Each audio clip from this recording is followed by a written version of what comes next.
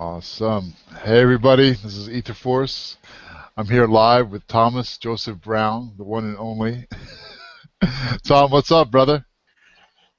Hey, it's a good day. Good to talk with you, Tech. You Lovely to be coming here. coming to us from Auckland, right? New Zealand. Auckland, New Zealand. Sunny spring day here.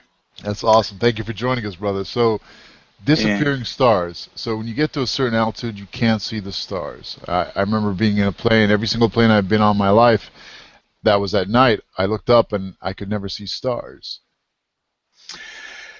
Yeah, I'm trying to remember. I believe I've seen potentially like Venus or Jupiter. I think I've seen some like that. But um, why don't we start out and show folks, because people go, wait a minute, you can't see the stars. What are you talking about? We have a picture here, I believe, of the stars taken from the International Space Station. Um, Is this it? yeah. This is a pretty That awesome is, picture. right, that's a time lapse of Don Petit, I believe is his name, the man on this space station who's been taking pictures such as this. So obviously, pictures have been taken of stars in space and people have seen them. However, that's not the whole story, as we're about to find out here. And we were hoping to play some videos, but we discovered some serious limits here on this Hangout technology. So we'll put some links for these. But these are sort of classic things. One of the ones we're going to play is at this press conference when the Apollo 11 crew came back from their alleged trip to the moon, and the British astronomer Patrick Moore asks them, "Oh, could you see the stars in space?" And three of them are looking at each other, all confused, like they forgot what to say. Go, yeah, I think so. And go, nah, I didn't. Go, I didn't see him. I go, yeah, well, maybe through the optics we did. And it's like, yeah, they're like, they got caught, right? Well, can you see him? Can't you see him? And I think a good thing to put in here is like when Neil Armstrong, 25 years later, when he was at the White House, and he's given a speech, and he says, today we have with us a group of students among America's best. To you, we say, we have only completed a beginning. We leave you much that is undone. There are great ideas undiscovered, breakthroughs available to those who can remove one of truth's protective layers. There are places to go beyond belief. Now, what do you tell a bunch of school kids that on the 25th anniversary of the moon for? This is a guy who couldn't remember if he saw stars when he was in space. So, yeah. It's absolutely amazing. I mean, the fact that he would speak like that, he was definitely trying to get a message across to us, right? Oh, exactly. And that's why I thought, well, I should basically tell the story of how I got involved in this then, because that's really where a lot of this comes from my aspect. So I would say back in, it was probably about 1987 when I was reading through the book Man or Matter, and got quite interested in atmospheric color formation as per Goethe's theory of color, where light's just not, what they call Rayleigh scattering, but it's actually darkness coming through a lighted sort of medium. And there's an experiment which I've never performed, but I actually understand it, and I've seen it in certain effects. And that is we actually need a jug of water, something to stir into it that makes it opaque gradually as you stir it in and stays in suspension, and a light bulb, like a basic tungsten filament light, and a black card. So basically the experiment is you put the light bulb behind the jar of water, you start stirring in the medium, and it goes from yellow to red as it gets thicker, which is like the sun going down the atmosphere. But then for the blue side, basically put the black card behind and you shine the light from the side and basically see black, and as you start making the medium, the liquid medium more opaque, it starts going blue and goes towards violet. So I was thinking, well, this would be an interesting experiment. I'd like to reproduce it authentically, so I called up NASA, and I said, yeah, I'm a researcher in atmospheric optics, and I was actually hoping to find out what the dominant spectra of the sun is in the optical wavelengths above the atmosphere. And they're going, no, we don't have that information. I'm going, yeah, come on, man. It's like you've been up there for a long time. It was like about 25 years at that time. And I'm saying, you know, Skylab, you had all that equipment up there. You go, no, we don't have that information. I said, well, how about just a white light photo of the sun in space? I can just use it as like a experimental reference, so at least, you know, got some authenticity to the experiment. Go, nope, we don't have any of those either. I go, how about pictures of stars, white light pictures of stars? Nope, we don't have any.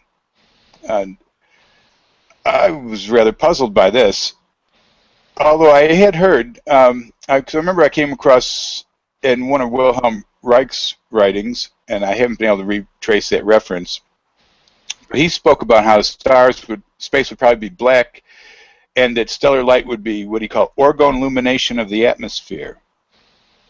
And also, Dinshaw Ghadiali, the great color healer who developed the spectrochrome system, he also said that space would be black and that the stars would appear on the atmosphere. So this comes out of sort of like old occult sort of tradition. So I started thinking, well, maybe there's something to all this. So I thought, well, this is a rather curious sort of affair. So NASA did actually send me a lot of stuff, and I did, like, here's sort of like old envelopes from NASA that the guys started sending me these various pictures, and I believe that we have a picture here, which I could perhaps put up. They sent me a number of what? Of photos. It's one that's called S73-3378 scan. Yes, I see it. Yeah.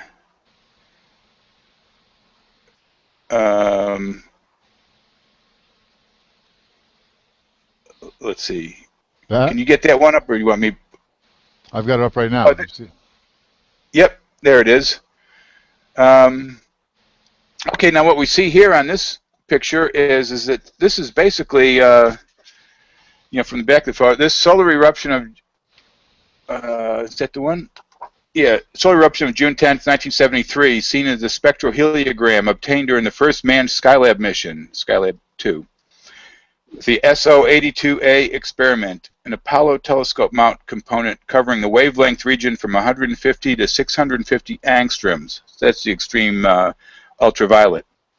Solid disk to the center was produced from 304 angstrom ultraviolet light from helium plus ions. So what we're looking at here is, this is a spectroheliogram, but it's only showing the the visible disk at one wavelength, which is sort of like ionized helium. So that's actually rather curious. If we can, let me see if I can show this here. Do you see my screen here? There's quite a bit of stuff on it. Yeah. I see yours. So I've put mine up here. I'm not sure which one of us is controlling this, but here's just a basic spectroheliogram of the sun and the optical wavelengths from Earth. Right? You see all these little lines, these dark lines. Well, where those dark lines are at, that's what images the sun in outer space. So when you go and you look at all these pictures of the sun taken from space, they're usually in the extreme ultraviolet, but you can get like hydrogen alpha. So they actually, where you get a black line here, the absorption lines, that's what they're imaging the sun in, and that's what we can see on that other picture. Is that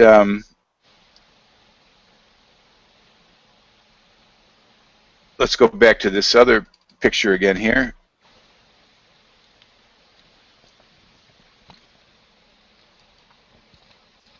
No, it's not. Yes, typical Hangout stuff. We won't worry about. But if you can put that picture back up there, Tech, then what you can see is you can. And there's the reason there's two pictures is the other one here, the S73, the one that doesn't say scan. Okay, I believe this one looks like it's going to come up. There we go. You can see it a bit better. This is actually, I found this on the web. The first one is a scan of the picture that they sent me, the print. Now here's an enhanced one, which is actually available now on the web. But you can see where the solar disk is basically only appearing at certain wavelengths. And this is why, if you go to like the NASA sites, like the Soho real-time MPEG movies and stuff. Here is where these are just basically all 171 angstroms, 195 angstroms, 284. It only appears at certain wavelengths, and this is what's really curious about it. The thing's not, and it's appearing in the absorption band wavelengths. So nonetheless, this is what NASA was sending me. Not these beautiful color pictures. We didn't have the internet in those days. You had to like make a phone call or write a letter and wait for the things to show up. We didn't have the advantage that we have today of being able to stream all this information. So anyway, the gentleman at the Johnson Space Center got quite interested in this himself. He thought this was very curious. You couldn't. So to track it down, he actually tracked down a man that worked for 25 years in the photographic department of NASA and put me in touch with him. And the guy actually called me for a chat. And it was funny. He was a pretty knowledgeable guy because I was living in Northern California at the time. And he's going, "Where do you live?" I go, "A little place up in Northern California." He goes, "No, name it." I go, "Whitethorn." He goes, "Oh, yeah." He goes, "You're up by the Usal Road," which is a road along through the Sinkyone Wilderness. Pretty amazing road. He goes, "Oh, yeah, yeah." He says, "We used to like go over all the photographs and look for cool roads to go drive," and that was one of the cool roads. So I thought, oh, this guy's pretty clued up. But yeah, so he told me that, yeah, he said it was a big puzzle when they first went up, that they could hardly see the stars. And he said they started developing specialized diffraction gratings. So basically when Alan Shepard, Virgil Grissom went up, they couldn't see any stars, is what he reported to me. So they started developing diffraction gratings. He said they could start seeing higher order stars, but he didn't know where that went. It became compartmentalized. So anyway, I like to double check on things. So I called up Naval Research Labs in Washington, the Solar Research Center there, and started talking to this guy. And I was saying, "Yeah, how come you can't see the stars in space?" And he's going, "Who told you that?" He said, I said, "NASA." He said, "Oh, that's them boys down at Goddard pulling your leg." I'm going, "No, man, this is like public relations down in Johnson Space Center." He's going, "Well, I don't know why they tell you that." He says, "Because you can see the stars in space." He said, "And here's my," he put me on to John Bartow, who was his research assistant. And, John was basically up on first Challenger, and, he's basically payload specialist, so he ran something called Space Lab 2. So, he spacewalked, he was out there. And so I'm talking to him, he's going, "Yeah, look," he said, "the stars in space." He goes, "I don't know why NASA would tell you that." He said, "The stars in space are they're brighter and they don't twinkle." I'm going, "Oh, cool, that makes sense. I really appreciate that. Thank you." So I called back my contact in NASA. I'm going, "Hey, look, man, I just talked to an astronaut, and he told me he could see the stars in space." And they go, "Well, he's a scientist and a trained observer, and he accurately reported his experiences." They said, "But the information we gave you is correct." I think, well, okay, maybe they finished these secret diffraction gratings and stuff. Maybe they're in all the optics and stuff that go up. And that's what's interesting in that one clip of the Patrick Moore interview with the astronauts, which anybody can find on YouTube. Just, type in Patrick Moore asks 11 crew about seeing the stars, and the video will show up. And one of them, I think it was Collins, he goes, "Oh, maybe we could see it through the optics." It's like, well, they did have some sort of optics and things. But heavens knows what in the world these things were. So anyway, one day I was driving around California, and I was listening to radio station KGO out there, talk radio, which I had been on a few times over various borderland topics. And they had this guy, Andy Fracknoy, who at the time, and may still be, I don't know, was the head of the Astronomical Society of the Pacific. And he's always one of these sort of debunkers, and space is just dirty, comets are dirty snowballs, that sort of stuff. And a know-it-all sort of guy. So I thought, oh, this would be fun. Call in. It was before a day's cell phone, so I pulled over. I saw a gas station, so I pulled over and slugged a few quarters into the payphone and called KGO and got on. And within a minute, I'm here chatting to this guy. I'm going, yeah, how come you can't see the stars in space?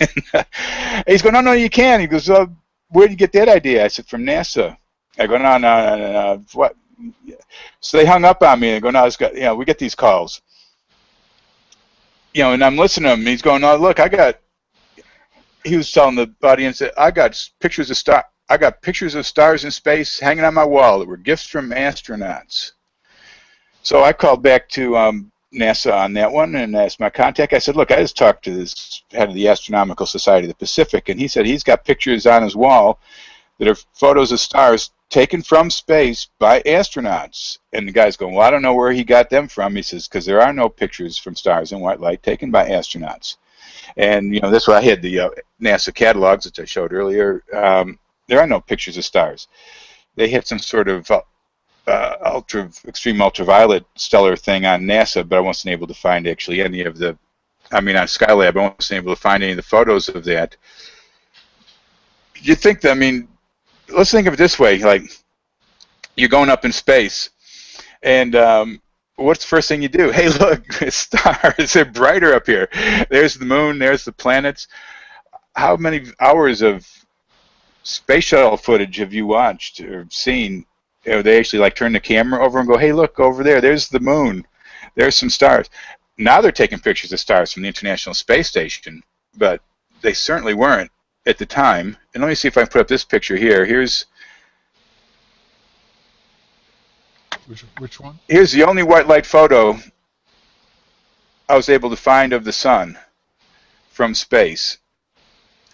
And this is a coronagraph. So the sun is blocked out. And here we see the corona. And this will be like polished steel or aluminum.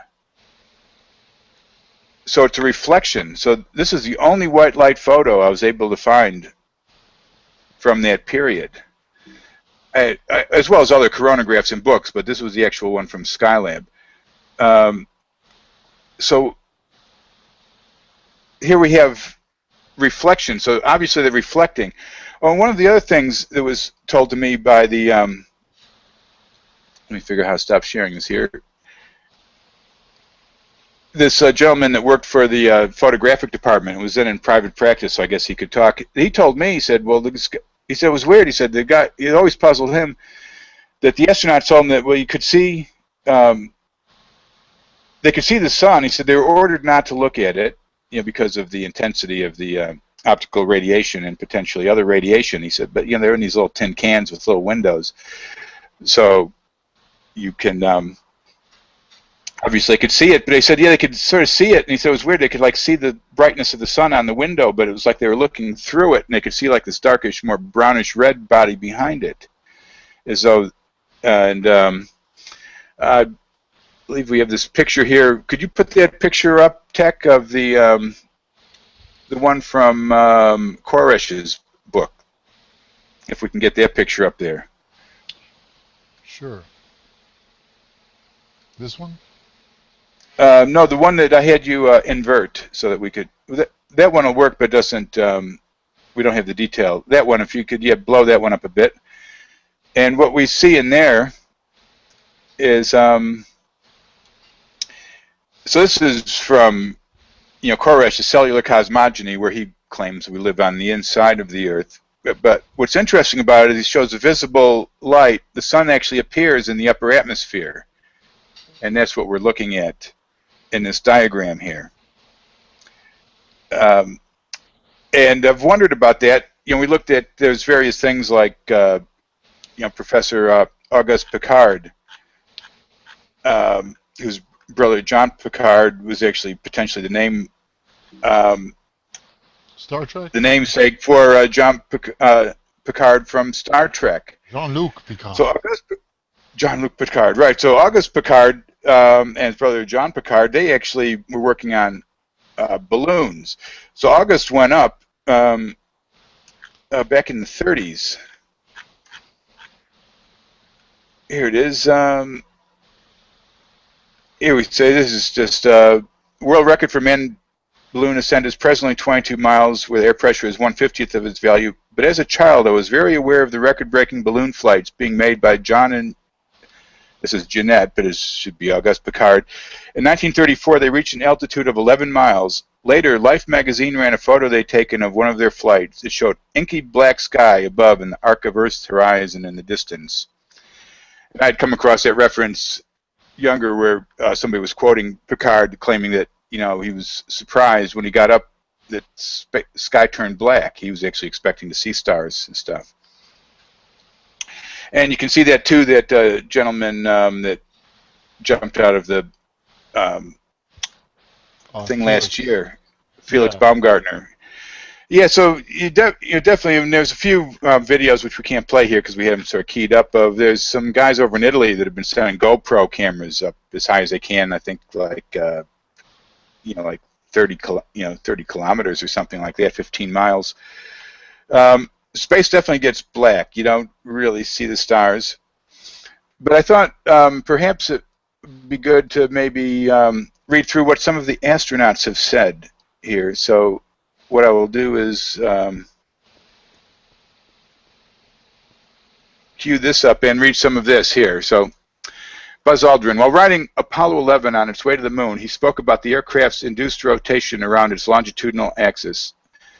The only consolation was the magnificence of the visual spectacle that paraded past their portals during every roll, what Aldrin calls an incredible panorama every 2 minutes as the sun, moon, and earth appeared in our windows one at a time. There was no mention of stars or planets. His partner Neil Armstrong is also quoted, "The sky is black, you know. It's a very dark sky."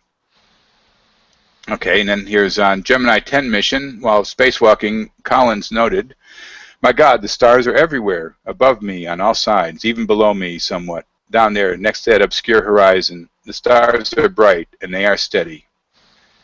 And then by the time he gets to the Aegina, which is the lunar thing, the stars are gone. 3 years later, on his way to the moon in Apollo 11, he writes, "I can't see the Earth, only the black, starless sky behind the Aegina." The next page is, "I slowly cartwheeled away from the Aegina. I see nothing but the black sky for several seconds." 150 pages later, he also writes, "What I see is disappointing, for only the brightest stars are visible through the telescope, and it is difficult to recognize them when they are not accompanied by the dimmer stars." That's an incredible statement. Our normal stars seen clearly through a thick atmosphere here on Earth by the naked eye were so dim in space that even a telescope fails to reveal them. All I conclude is that star blindness must be like malaria. You are subject to unpredictable random attacks of star blindness when you are in zero gravity. This is written by Ralph Renee, who passed away a few years ago, from his book NASA Moon to America. That's a great book title. It is, yeah. No, so I corresponded with Ralph back in the day. Corresponded with everyone. Yeah, well, I was put in touch with him from Tom Valentine, who was doing Radio Free America, because he was putting Ralph on as well, so he put us in touch. So nevertheless, as Apollo 11 capsule round the moon, the situation changed. As Apollo 11 commander Neil Armstrong, by far the most laconic member of the crew, was also moved to comment, "Houston, it's been a real change for us. Now we are able to see the stars again and recognize constellations for the first time on the trip. The sky is filled with stars, just like nights out on Earth." So this is supposedly when they get behind the moon, they can see stars, but they couldn't see them before. When they get behind the moon? Yeah. Okay, so then once they rounded the moon, once again, the situation brings forth this comment from Mike Collins. "Outside my window, I can see stars, and that is all. Where I know the moon to be, there is simply a black void. The moon's presence is defined slowly by the absence of stars." So more confusion emerges as we read the following explanatory note by Collins. "Toward the sun, nothing can be seen but its blinding disk, whereas down sun there is simply a black void. The stars are there, but they cannot be seen because with sunlight flooding the spacecraft, the pupil of the eye involuntarily contracts, and the light from the stars is too dim to compete with reflected sunlight, as both enter the eye through the tiny aperture formed by the contracted pupil. No, to see the stars, the pupil must be allowed to relax, to open wide enough to let the starlight form a visible image on the retina, and that can be done by blocking out the sunlight. Then they rig plates over the windows, and he reports, under these conditions, the eye slowly adapts itself, and the brighter stars gradually emerge from the void. 14 years later, Collins wrote another book. The writing is so different from his first one that one would almost think it was written by someone else, or at least another ghostwriter. In it, he proclaims, "My God, the stars are everywhere, even below me. They are somewhat brighter than on Earth." Towards the end of that book, he declares, "Never a day without sunshine or a night without stars. Fat, unblinking stars." Okay, so, right, they're everywhere. You can't see them, but they're everywhere. That's the same guy reporting that. Okay, here's Apollo 14 mission. The astronauts had a hard time seeing the stars, even with the help of a special monocular used to supplement the scanning telescope and the sextant. Due to the absence of an atmosphere to refract and filter light, the stars do not twinkle in cislunar space. Rather, as Stu Russo puts it, the stars look like little points of light or fuzzy little dots. On the same mission, Russo's crewmate Ed, this very eerie feeling, you suddenly start to recognize that, yeah, you're in deep space, that the planets are just that, planets. You're not really connected to anything anymore, that you're floating through this deep black void. Well, what, are the stars everywhere, or is it a deep black void? That would be nice to know. Here we go. Here, Stu Russo again. The dim light photography was very complicated because you had to do it in total blackness. The blackest you can ever put a human being in without closing him in an absolute black room. You have no earth light. You have no sunlight. You have no reflected light bending the corners anywhere. It is black, black. Now, I mean, I've been out in the desert and the wilderness, and you know, on New Moon, and the stars are bright. You can actually see the starlight. So if they're brighter up there, how come it's so black? Gene Cernan on Apollo 17 talked about star blindness. When sunlight comes in through the blackness of space, it's black. I didn't say it's dark. I said black. So black you can't even conceive how black it is in your mind. The sunlight doesn't strike anything, so all you see is black. So here's Yuri Gagarin, first Russian cosmonaut, who says the flight, astonishingly bright, cold stars could be seen through the windows. That's pretty good. And I want to show here at the end, let me flip down. So what, here we go. Ralph made this lovely little device here. So for looking at stars, so you can see here where he would look through a star like this, and you could have the sun coming through, or you know, he was doing it with the light to show how it would work. But basically, nothing could really stop him from seeing the stars at night, you know, shining light in the different sort of sides. So kind of pointing out what the astronauts were saying doesn't really work in actual practice if you make a little device. So here's what we go to. So basically, you know, what was reported to me by John Bartow ties in with what the Soviet astronaut said. So why would NASA tell me you can't see the stars and they had to develop special diffraction gratings? And why get guys like Collins, you know, so space is all black, but there's stars everywhere, you know, depends on when he was writing it. So there seems to be a bit of confusion about it. In fact, now you know, so we're not saying there aren't stars up there, we're just saying that we're not getting straight answer on what's happening until we actually get up there. So my suspicion has been, is that you can't see the stars directly just through plain glass, that you need some sort of atmosphere or reflective surface. Otherwise, there'd be, you know, there's stars in the star catalog now, but there weren't any before the space station. I have a question for you. Sure. Reading Etheric Formative Forces by Rudolf Steiner, he talks, I think he devotes almost a whole chapter to what happens when sunlight hits the ozone layer and how it's required as just raw sunlight would destroy the eye.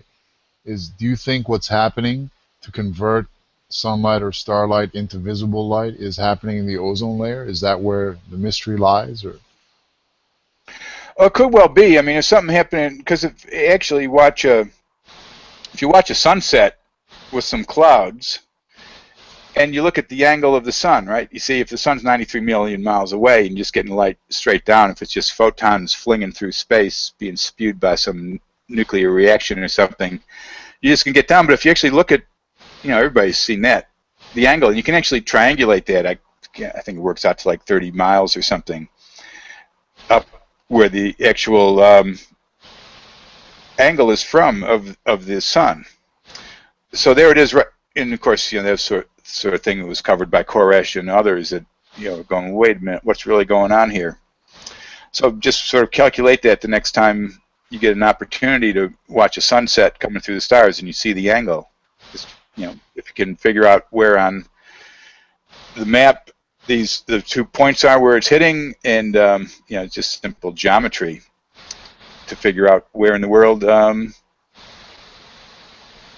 So basically, what we're seeing, whatever that is much, much closer than we think it is. 30 miles up, that's not far at all, if you think about it. I mean, but if you would go 30 miles up, how high does a plane go at 11,000 meters? That's about. I think they're 30. I think they're about 5-6 miles up. I mean, because they fly over. What's that? Everest. It's about 5 miles. I don't even remember. 30,000 feet. Okay. So you're up in that range there. So I obviously still see the sun, and we don't know. I mean, here's what are truth protective layers? I mean, who actually goes up? I was always suspicious. When the Challenger blew, I was always wondering what was going to happen letting civilians up in space, right? Because that sort of put the kibosh on civilians going into space. Let's see. That's why I was like Riley Crabb, who ran Borderlands before me for 25 years, right? And he used to give lectures on like UFOs and the Kabbalah. And he used to talk about, well, going to the moon, that's sort of like traveling the 32nd path on the tree of life, right? It's like if you're supposed to do it, sort of like spiritually, but if you sort of drag your carcass along it, it's going to like bring the mind up to these higher dimensions anyway. So he saw space travel as a way of basically opening up these higher pathways to people. Of course, a question for you. Yeah, We're going to a real special place right now, so let's get to some really heretical, crazy talk, which I know you're the one that got me on this track, so you have only yourself to blame for me even asking this question. The pre-Copernican notions of cosmology, especially in the Middle Ages and even before that, time of Jesus, think about that, 2,000 years ago, they believed in 7 heavens, meaning 7 celestial spheres above us, and the moon was associated with the first one. Venus, I believe, is associated with the second one, and so on and so forth until you get to Mars is associated with Mars is associated with the 5th. The Sun is associated with the 4th. Mercury, it's the Moon, Mercury, Venus, the Sun, Mars, Jupiter, and Saturn in the 7th heaven, right? So that's the order that they're in.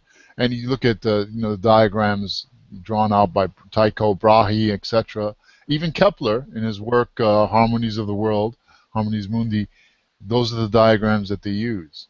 There was no Uranus or Neptune. So, and a lot of ecclesiastical traditions, including Christian and Muslim traditions, they believe that the moon is the first heaven. So, like the prophet Adam is supposed to be up there. Like he's hanging out there. I don't know which angel is in there. They mention in the Zohar, but what you're saying, what Riley Crabb was saying, makes sense. Like when you die, you go up there, right? And you're trying to just get up there right now in the living state. Exactly. Talk. I mean that. Well, yeah. I mean, what we hear, we were either just like meat puppets that just happened just by chance because of the only miracle that science allows, the old Big Bang, And everything else from there, it just sort of happened by chance, you know. Yeah. And you know, you're an idiot if you question that, because you know this smug guys at the top figured it all out. So you just like pay your taxes and keep your mouth shut, because that's sort of like the underlying theme of this sort of orthodox point of view. But space is obviously more multidimensional, and that's one of the things that I've come to consider. Well, obviously, it seems that, you know, you can see the stars to a certain extent, possibly adjust to it. It might actually, you know, obviously they don't see them when they first go up. They need to adjust their eyes, and even then we wonder, but we wonder if all these guys actually went up. There's some good questions with that. But the thing is obviously it's not photons flinging through space. This whole concept of these things are just nuclear furnaces and they're flinging out photons or spraying endlessly in space, and we just happen to get some hitting us. I mean, just think of all the wasted nonsense energy in the universe if that's what's happening. I mean, it's so illogical that some divine creative force that has the capacity to put something together that would actually have at least semi-intelligent beings like us wandering, you know, the Earth plane here. You would think that there'd be some logic and order to the whole process. It wouldn't just be some random stuff that just accidentally happened. And in that sense, then what we have to look at is the light coming from stars. It's not just photons randomly spraying in space, you know, going on for like, you know, light years, even up to like billions of light years for the alleged quasar distances. The thing is we're dealing with longitudinal transmissions, which is extraluminal, right? It doesn't take any time. The universe is in real time. When I realized that, I could actually feel it. I look up. I mean, because I'll often talk to people at night, because it's amazing. Nobody looks up at the stars, or very, very few people, and Especially very now few that people. we have GPS. Oh, exactly. Very few people can actually identify. You know, like I'll be out in the evening with people. I go, oh, look, there's a galactic center up there, and they go, how do you know? I go, cause it's right there. You look. It's like not too hard to see, right there between Scorpio and Sagittarius. See those stars there? And there's like, hey, there's like Saturn and Mars out in front.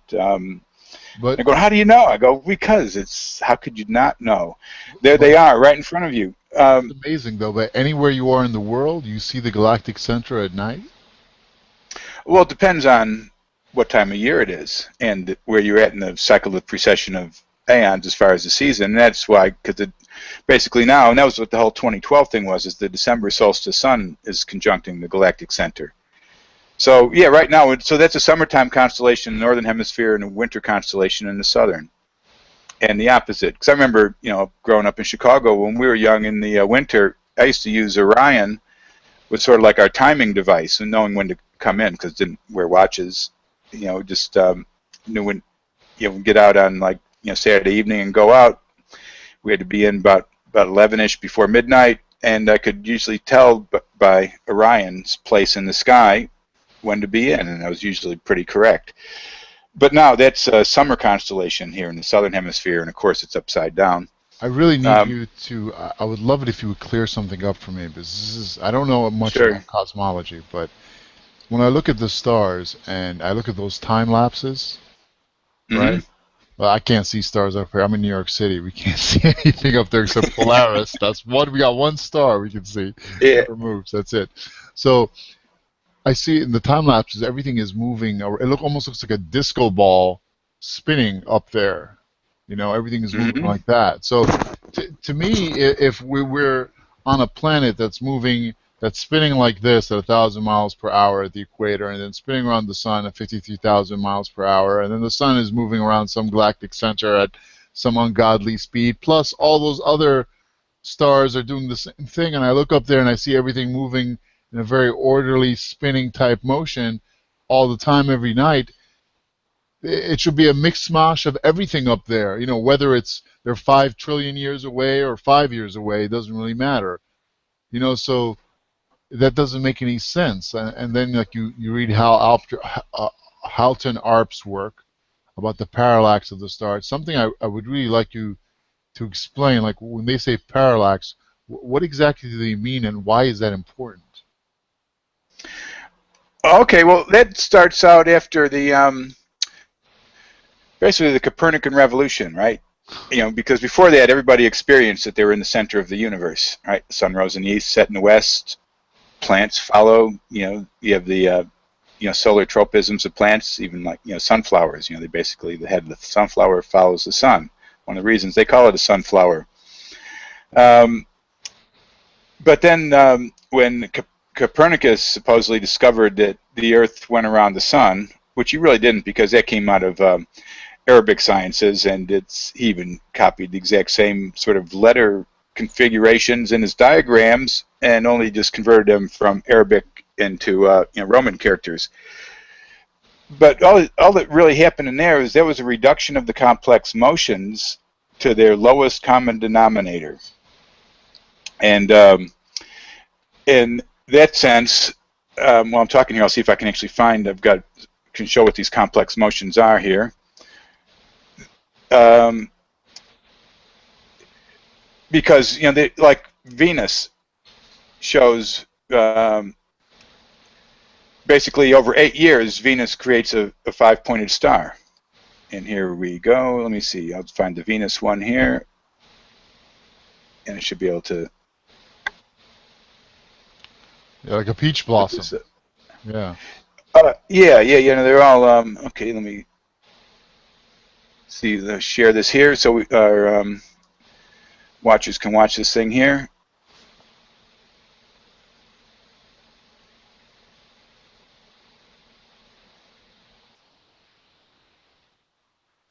Okay, so this is basically Venus over time.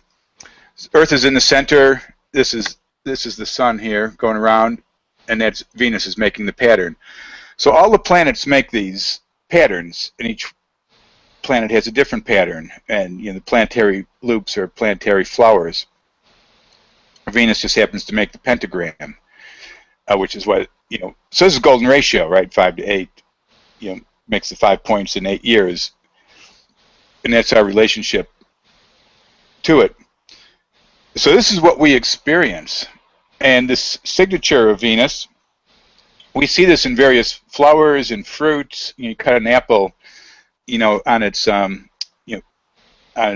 horizontal, counter to its axis, and you see the 5-point star in there. You see them in papayas. You see it in many flowers.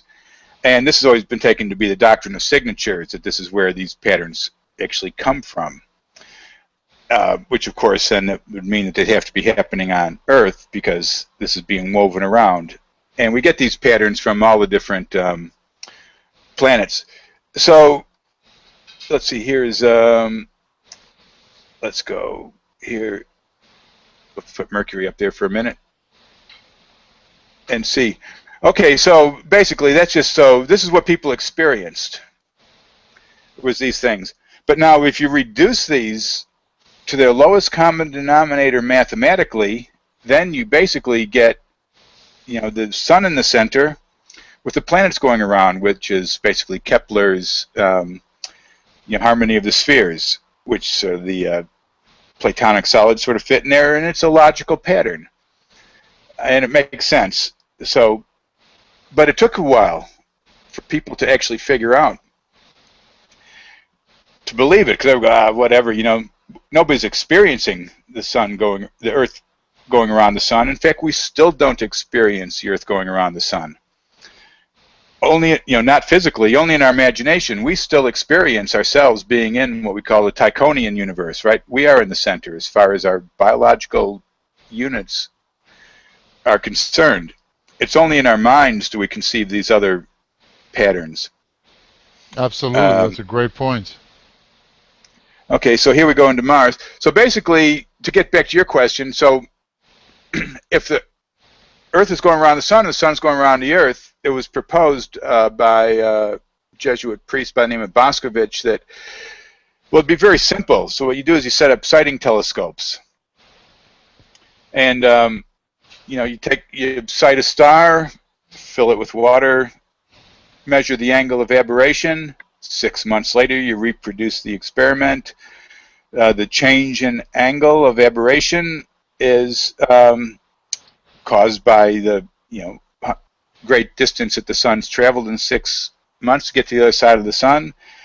You measure the angle change, and it basically, you know, you figure out that's parallax. That's how you figure out what's happening with the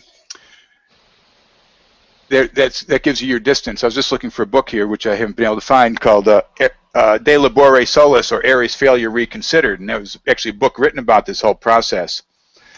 And what thing was is it was actually performed by George Airy, who I think was he took over after Edmund Halley at Greenwich. He was a royal astronomer, so he actually reproduced these experiments. And lo and behold, there was no parallax, which was a big puzzle, because the whole point of the experiment was to decide whether or not the sun was going around the Earth, or the Earth was going around the sun. And the results of the experiments were such that indicated that the sun was going around the Earth. That was basically, but of course nobody wanted to believe that, because by that time, 100 years after sort of Copernicus, everybody just figured, well, everybody believed that, that the heliocentric model. So this actually gave rise to the ether drift experiments, because here's what's happening. So right here, you have the sun, and the Earth is going around. So if the light looks the same here as over here, you're not getting any angle change. That means that the stellar light is actually following the Earth around. This is what they mean by bent space, this whole space-time thing and the gravity well, and it's pulling it in, and it's all relative, right? Because it doesn't matter where you're at, it's just going to come on down. And so that they came up with this theory. So basically relativity is a denial of the proof that we're in the center, if you want to look at it from that logical perspective. And I do. Not saying that's the only logical perspective, that's just that logical perspective. Absolutely, that's nothing relative about that.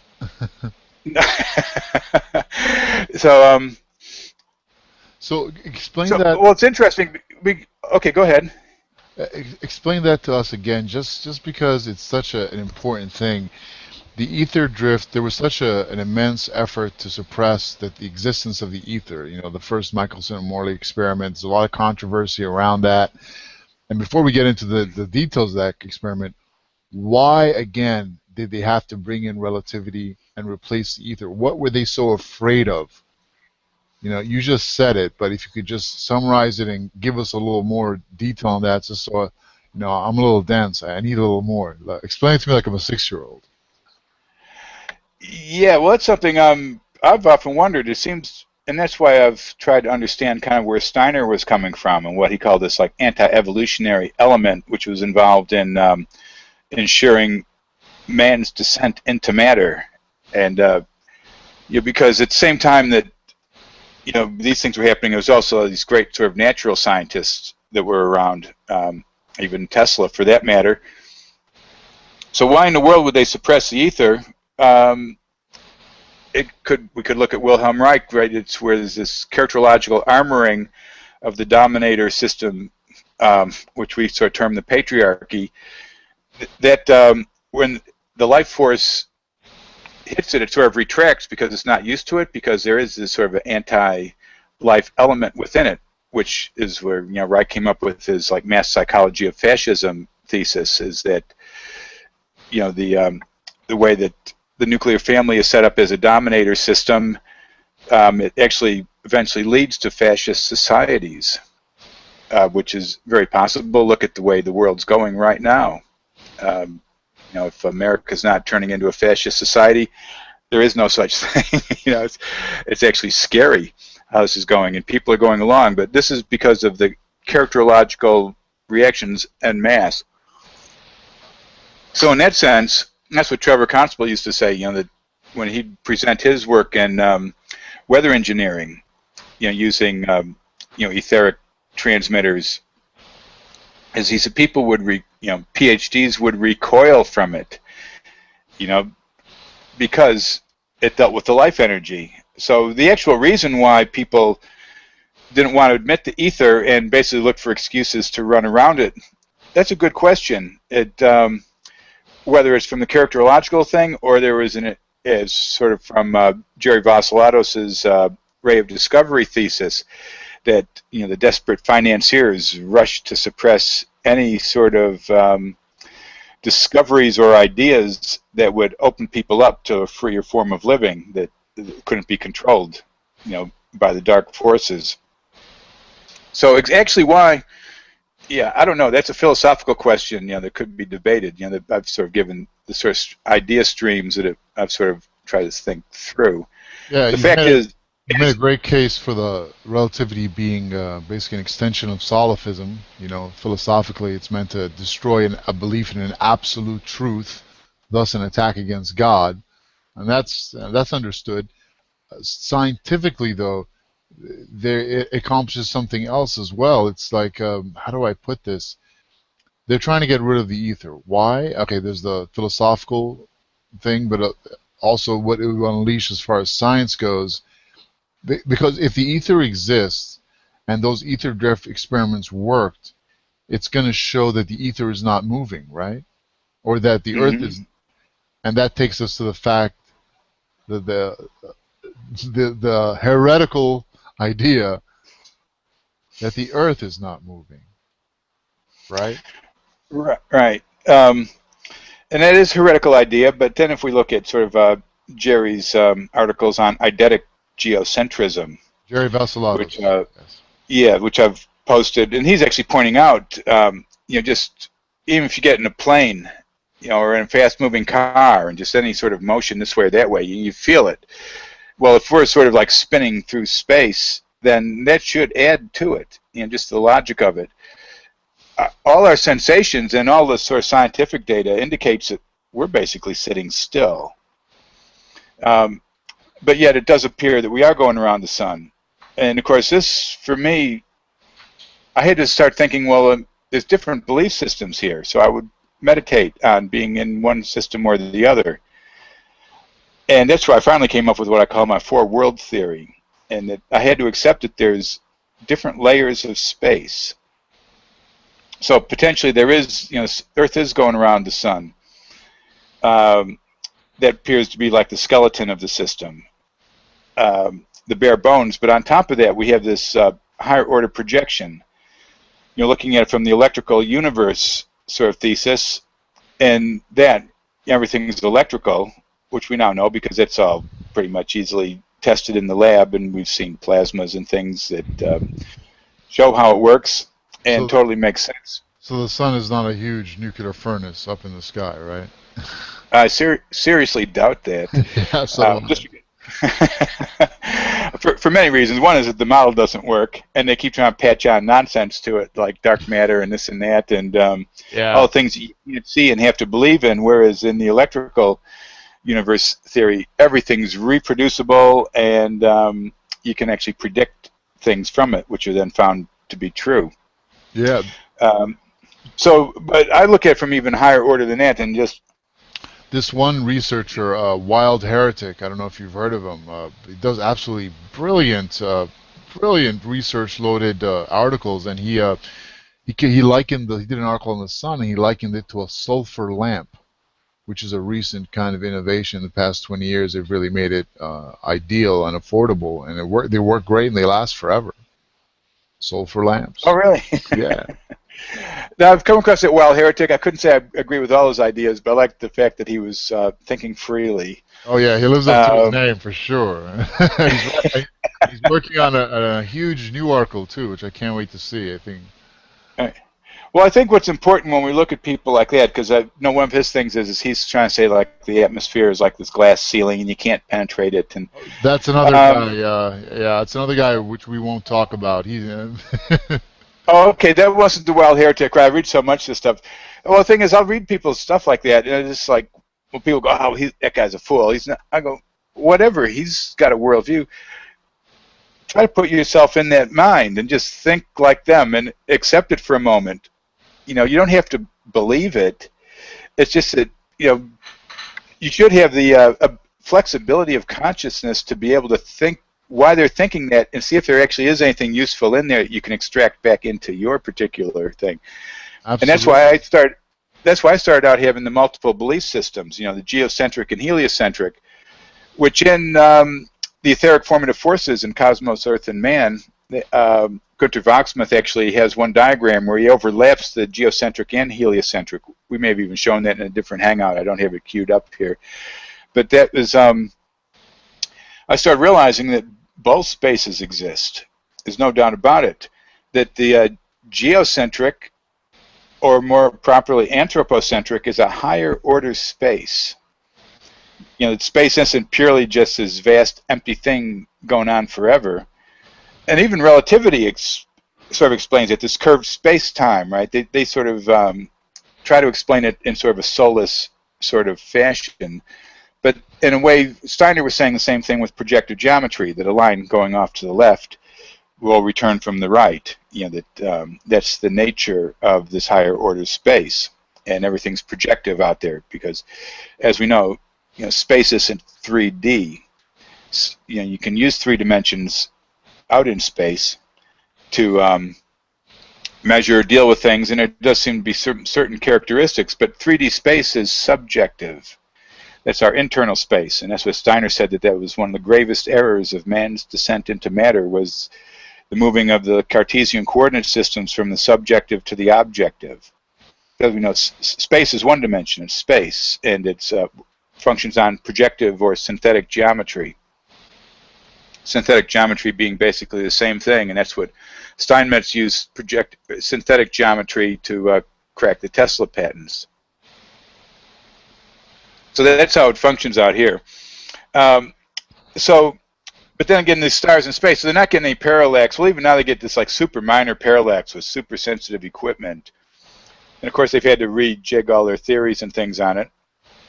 So potentially there is some motion. What is we have to keep our parallax? Just give us like a really like simple layman's explanation.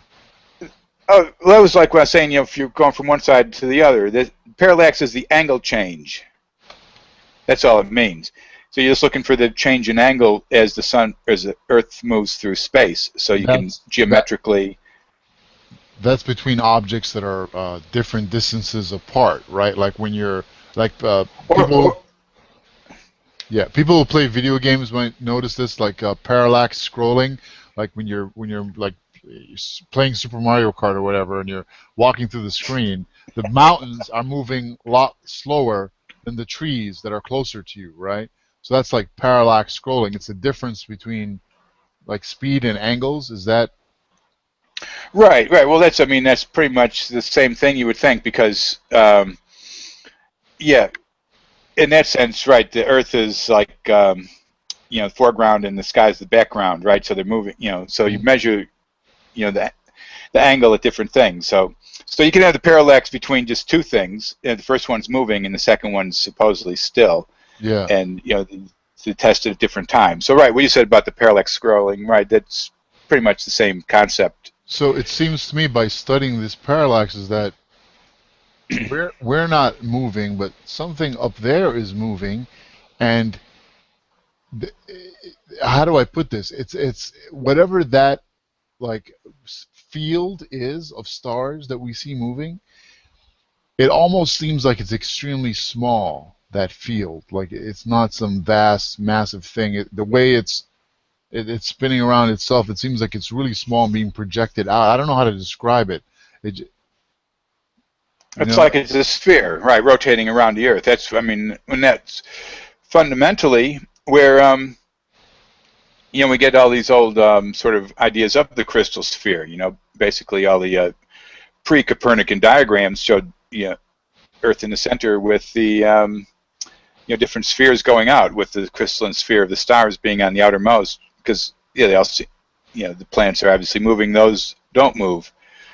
But that could be energetically, you know, this we get into like the quantized redshifts. This was, of course, one of the puzzles, you know, as they started discovering, you know, the so-called, you know, Hubble constant, which is like, you know, the shift in, you know,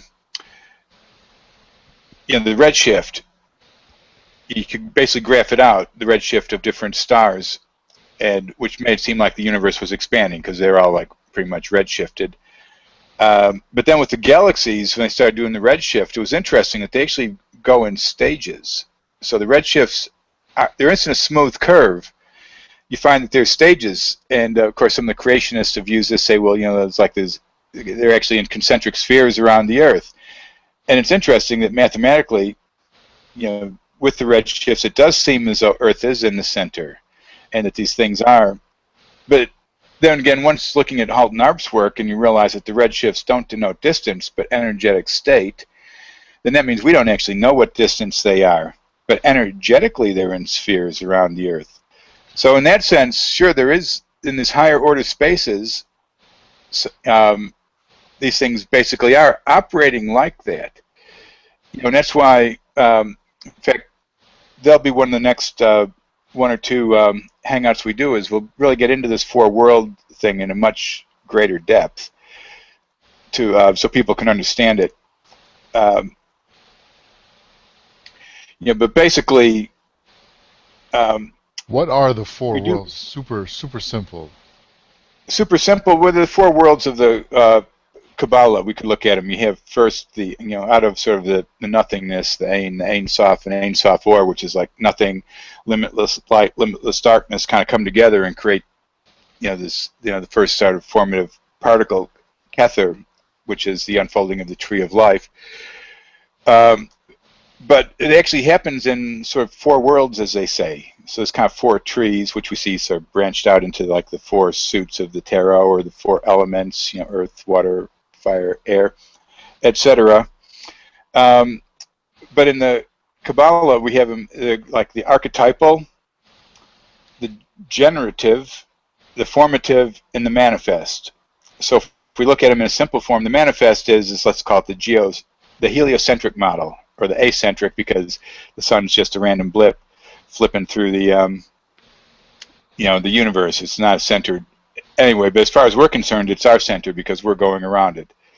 So that's the manifest world, the physical world, in essence. But then we have the formative world above that, and the formative world is the one that I was showing in these diagrams. Let's in fact, let me see if I can come back over to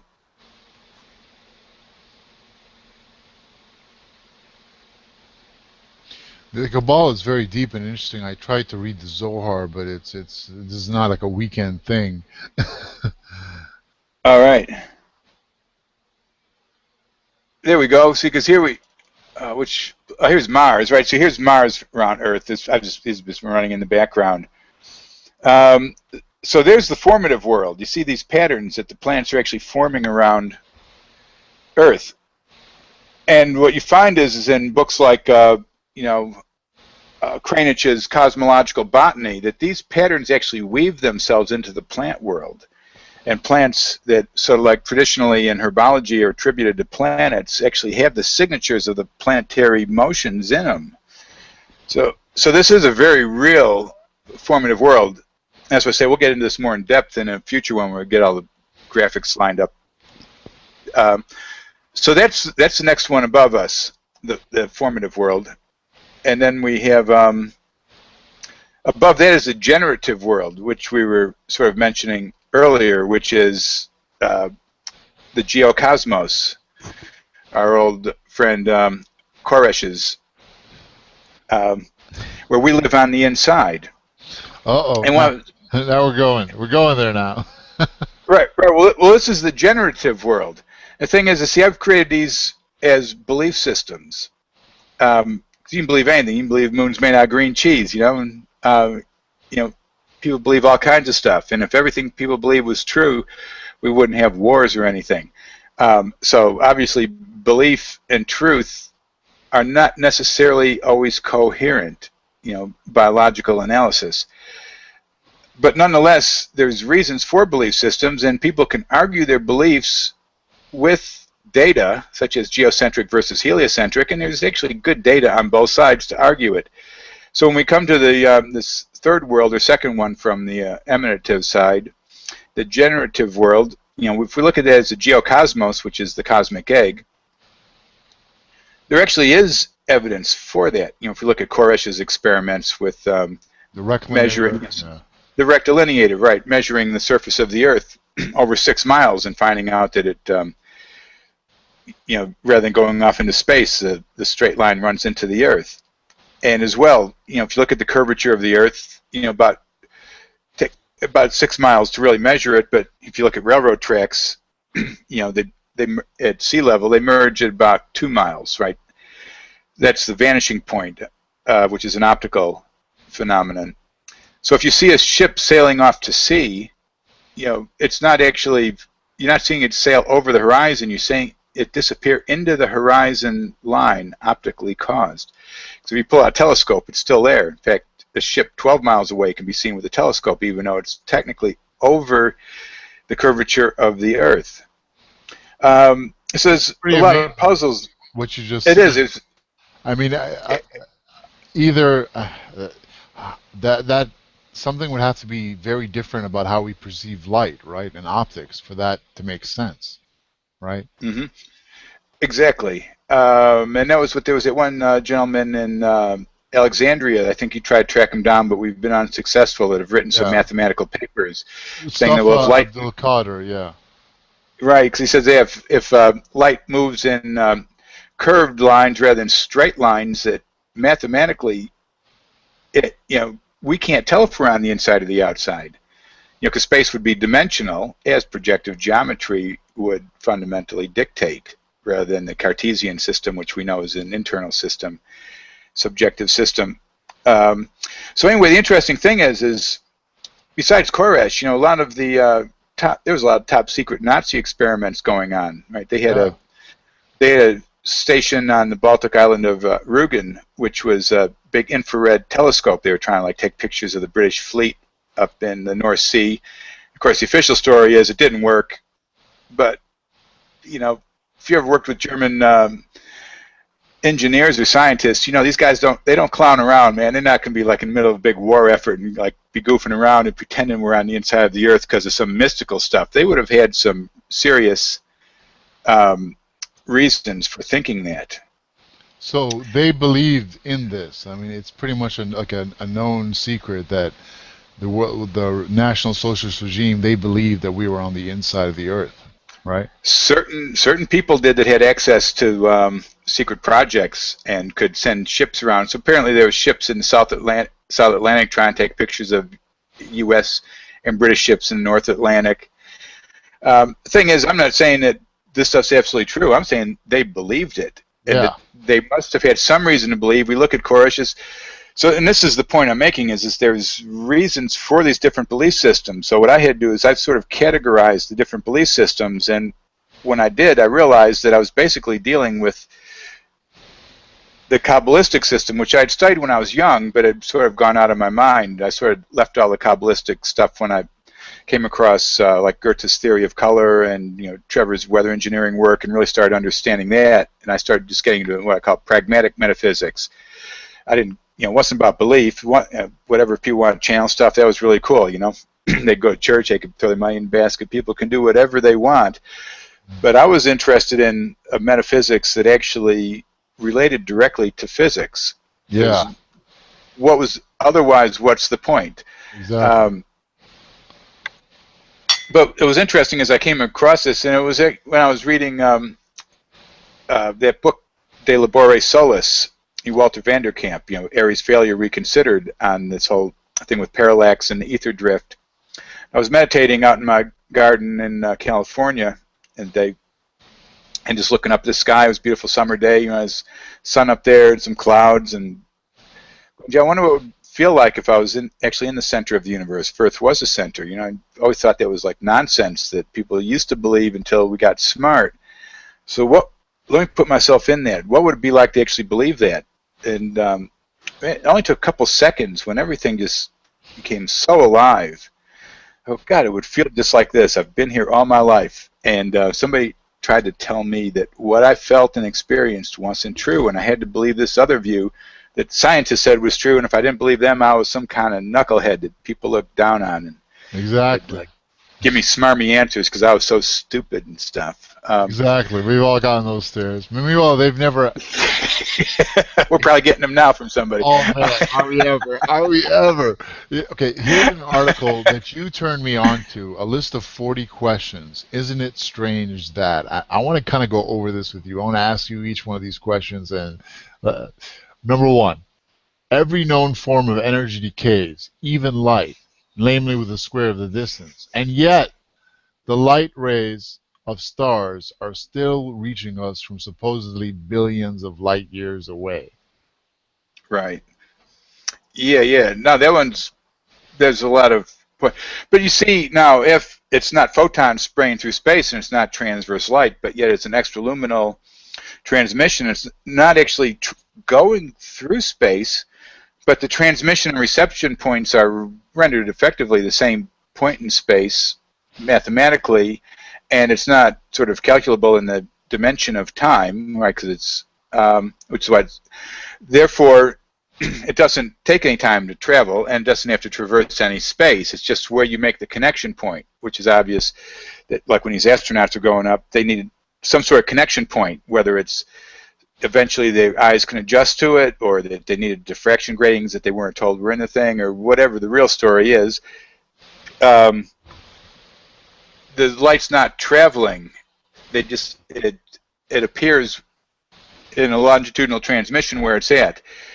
So in that sense, the inverse square thing wouldn't make any difference. Neither would the parallax thing, interestingly enough, or potentially. So yeah, but no, that is a good point. Yeah, where's the inverse square? And of course, where things fade out in the distance, how come we can see these things from, like, all these distances, right? Billions. And you notice there, first it was millions, then it became billions. Next it'll probably be trillions. Like, what are they running from? Why do they keep having to make the distances greater and greater and greater and greater? Why is that? Because they're enforcing an insignificance on us. When we start talking, I'll start talking to people, and this has been going on for decades. Start talking about some of the stuff. People go, "Oh, but we're so insignificant." I go, "To whom?" They go, "Oh, to the big thing out there." I go, "Yeah, but that's in your head. That's your worldview. You've been given this worldview where you are insignificant."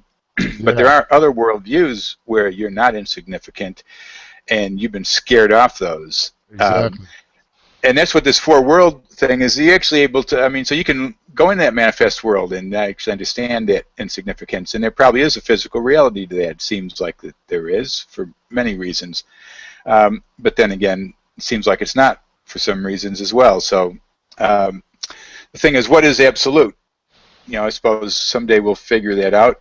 There are, and that's why there's a whole thing in, like, common law that you need, like, two witnesses to verify an objective fact, because all truth is subjective. So to verify objectivity, you need multiple witnesses.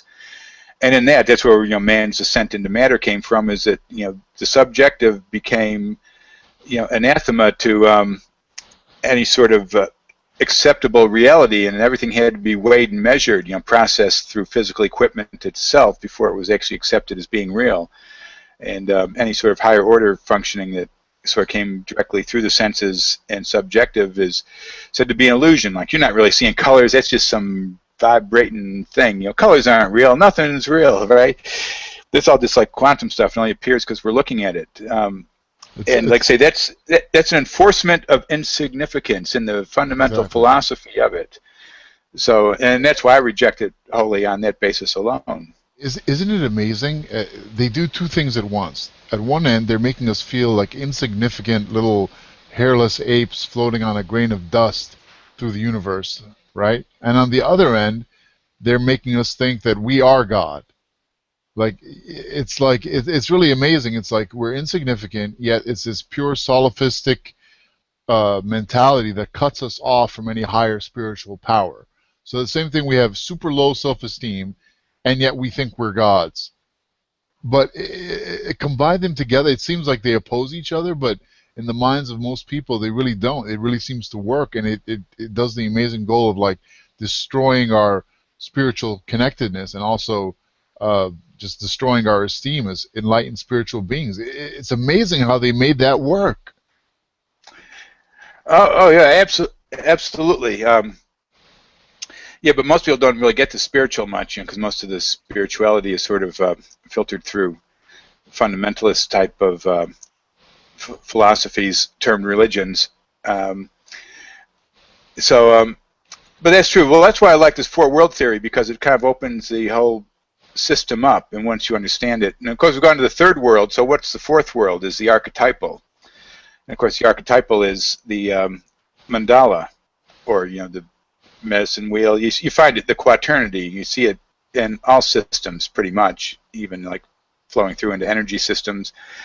And and I get that from the model I use in that is the what they call a mandala of the Dhyani Buddhas from the Vajrayana of the Tibetans, and that is, and of course you see them as diagrams, but the diagram is just a map, and the map is us and our interaction, our subjective-objective interaction with reality.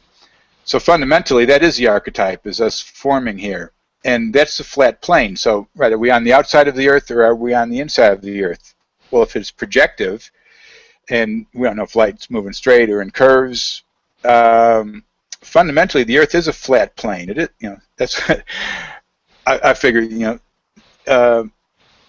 there we go. There's a mandala, and which is basically right, because you see the quadrants. There's the blue at the bottom, which is east. There's on the left is yellow, which is the will be the south in the northern hemisphere. There, that's like the sun overhead. Then there's a setting sun, which is the red, and then the green, which is nighttime, which is a dark green, which I've changed to violet in my sort of model, and expanded this out more in the spectrochrome style. We won't go too much into that, but basically because the center is white, the first quadrant's blue, but in the more sort of advanced studies of this, the guy in the center, Varochana, he's actually blue.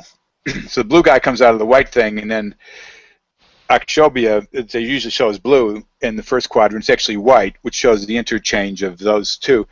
But then, because supposedly Ratnasambhava over in the yellow thing, his light shines through the heart of the blue guy in the center, and that gives you the green thing on the back, which is one interesting explanation for it in a multidimensional sense. But I believe that the spectrochrome diagram basically shows it in a much better sense for as the unfolding. So, yeah, so this is basically the archetypal world.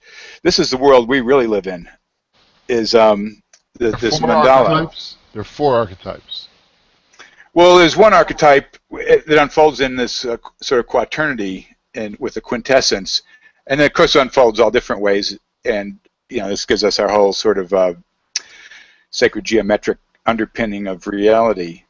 But fundamentally, that's the archetypal world. And sort of in the Vajrayana, you go through these different states, like there's 9 sort of stages, and like the 8th stage is sort of like the realization of the mandala. The 9th stage is what they call Dzogchen, which is also called like Chan or Zen. It's that stage. And this is so that's the subjective objective sort of gateway of processing through that system. You may not need it according to like the Zen teachings and stuff. You don't need that stuff, but it's a kind of, I just had that technical sort of mind, so I like to drift through these systems and figure out which was which.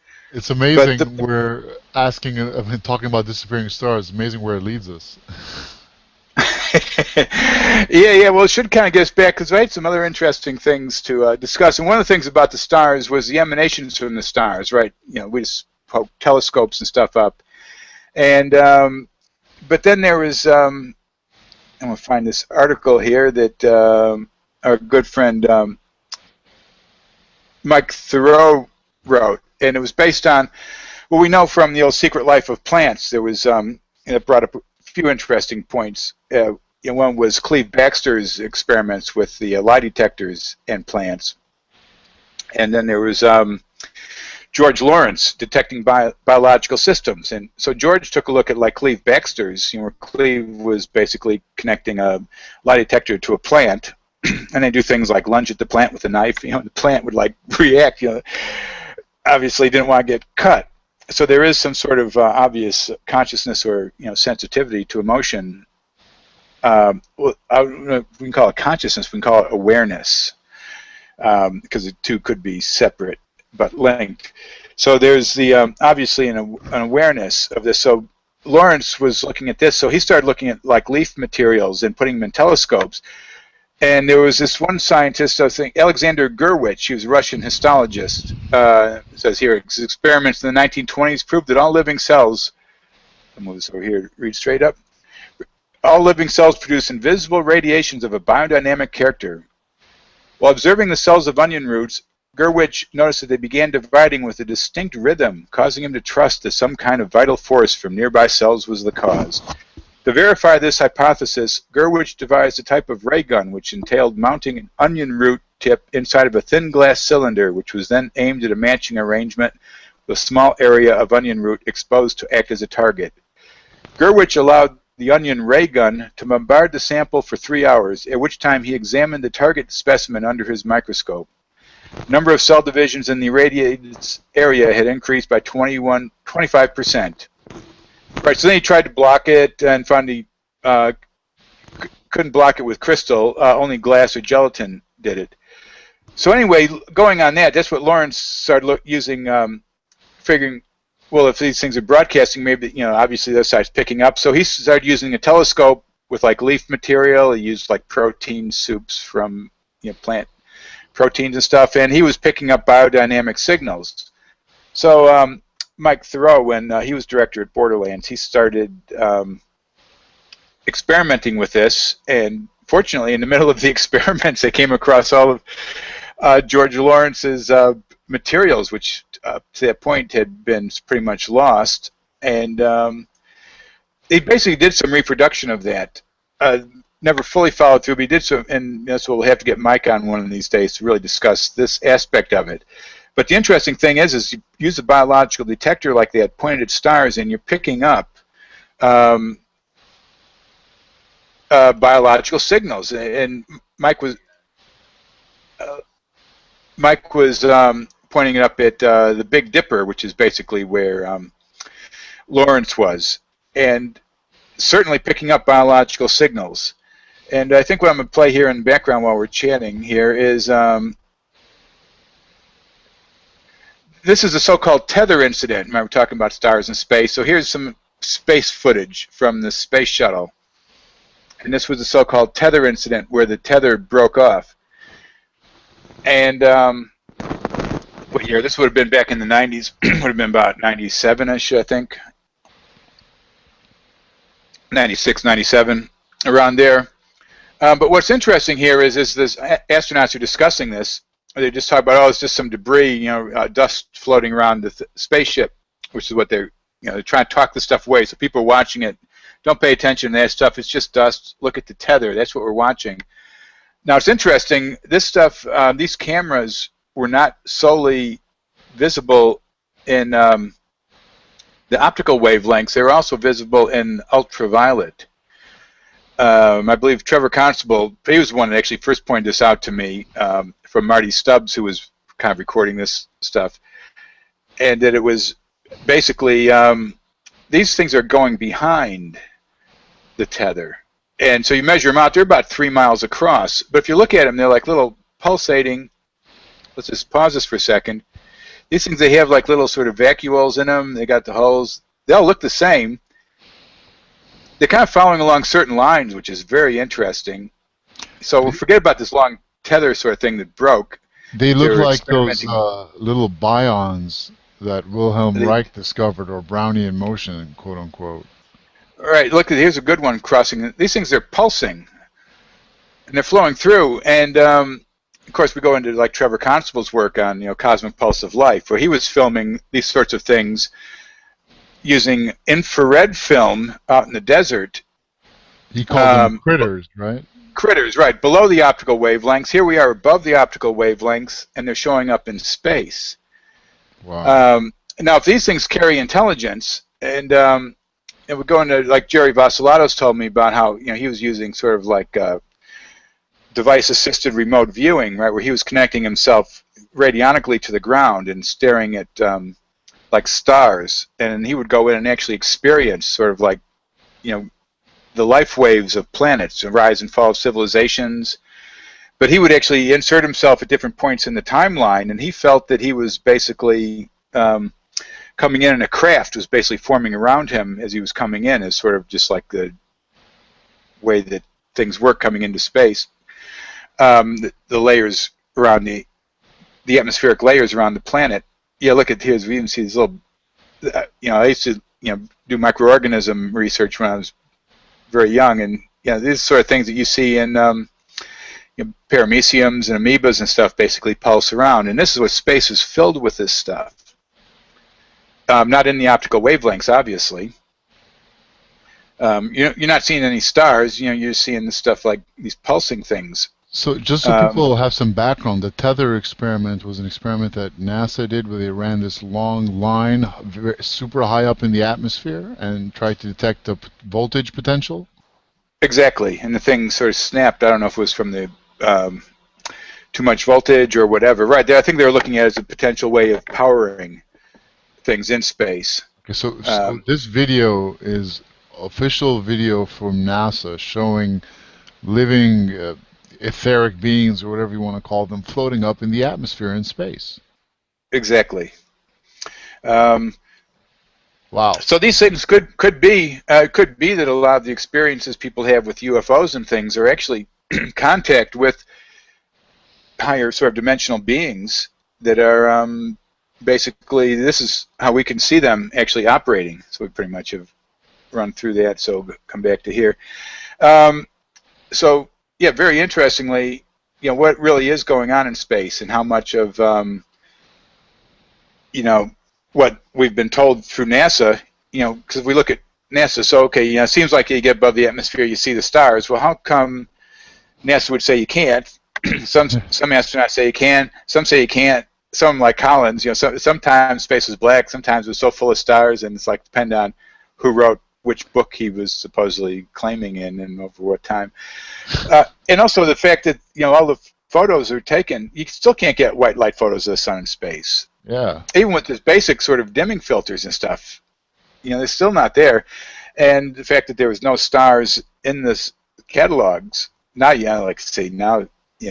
go and like download the time lapses from the International Space Station. It's like no problem. We can take pictures of stars now. So that's what it's. The mystery is not that you can't see the stars. The mystery is that you can't get a straight answer about the whole thing and what's really happening with it. There's so many hidden sort of points on all this, and that's what I mean. I think it's always good to keep an open mind. We're not here to put. You go ahead. People should be aware of the fact that you communicated with NASA intensely through the 80s and 90s, nonstop. Like you were getting the official scoop from these guys, and even what they were saying was conflicting across different departments, right?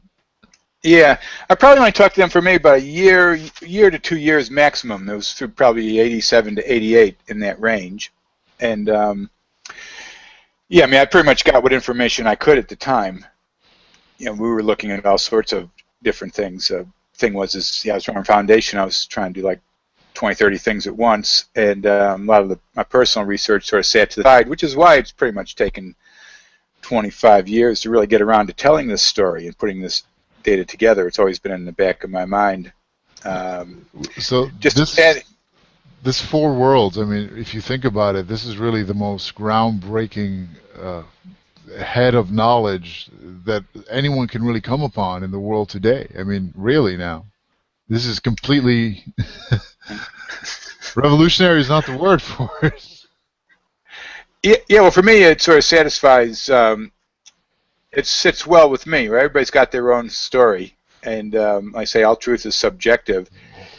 This is just my perspective, having had many fortunate experiences of meeting many amazing people in my life, having been through many books, and being able to put myself into the different people's worldviews. And that's why I would realize if you look at like Tesla's inventions and compare them with like Farnsworth's inventions, they're basically different. You look at T. Henry Moray, right? Because these guys all had sort of a different worldview.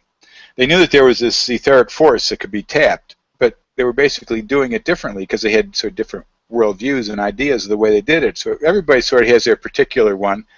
There's obviously common archetypes between the two, and that's what I've always sought out, is the underlying archetypal structure to see where everything is at. So I've just kind of mapped out in notebooks, go through the different systems and map out the archetypal structures and lay them side by side. And that's where I finally realized that the Vajrayana mandala really held the core, except it really seemed then to fit in. It was really through this sort of meditative work I was doing, following the different belief systems, that I've sort of put in this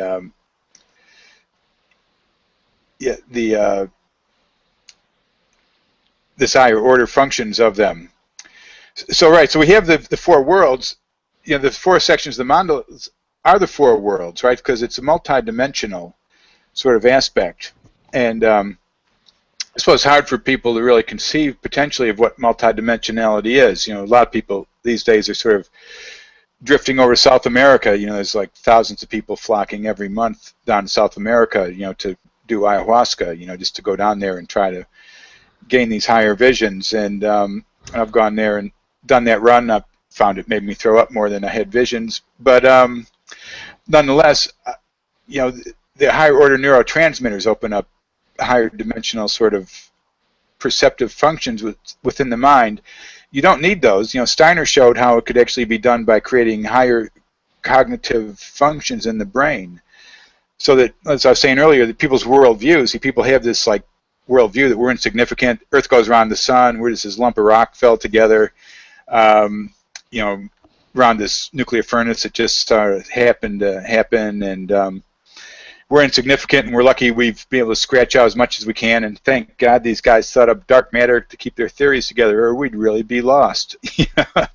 But on the other hand, obviously there's this incredible awareness happening, and as Steiner pointed out, using things like Goethe's theory of color or Goethe's metamorphoses of plants, once you get your head around how they function, they become your cognitive organs. You're no longer thinking through this banal sort of materialistic worldview. Your worldview is your organ of cognition.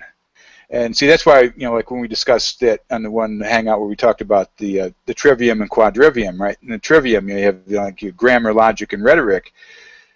People's worldview is their logic, and they put it before their grammar, so all their intake is being filtered through their worldview. So the opportunity in the four world thesis to have four different worldviews that function together through this common archetypal link, you're no longer trapped by the logic at the forefront, and you're able to like grammatically assess objective reality in, let's say, a more unprejudiced fashion. So, that's sort of the, and like I say, I really got a lot of those ideas out of Steiner's work, and Ernst Lehr's work, Man or Matter, which is where and Günter Wachsman's The Etheric Formative Forces. These are the books which will guide people into gaining these higher order functions of consciousness. You don't need to go to South America and drink psychedelic brew. I'm not stopping anybody. In fact, I'll end up back there again when I get a chance. More because I'm interested in the research on it. And I was fortunate to be there with Dennis McKenna, and he's interested in setting up a research foundation up in the Andes there to actually do clinical research papers. Is he related to Terence McKenna? Yeah, his brother. Yeah, Dennis is the professor of ethnopharmacology up at the University of Michigan. So he's gone and taken the hard scientific route. And he's very skeptical of some of my points of view because he's a scientist, well-trained, but a brilliant man. I've had some very good conversations with him to the point where he said he was getting scared because he was almost starting to believe me. When I was explaining to him about like Lily Kalisko's crystallization experiments with the metals and the planets, which of course we can get into when we get into the four world. So yeah, I think I've more or less sort of talked myself out today. I think we've covered some really good points here, and we'll get another one of these going very soon. I'm getting back focused again. I hope so, because I have a lot more questions for you, man. I'm looking at a list here of like 30 questions I have ready.